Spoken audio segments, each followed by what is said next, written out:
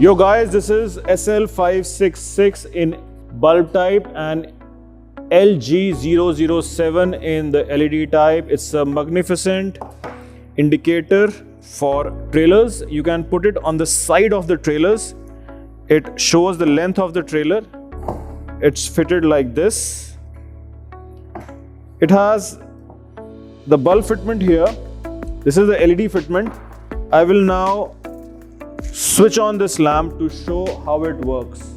The lens is made of PMMA and the base housing is ABS.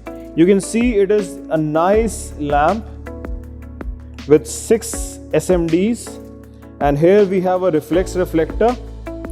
Similarly, this is the bulb type lamp.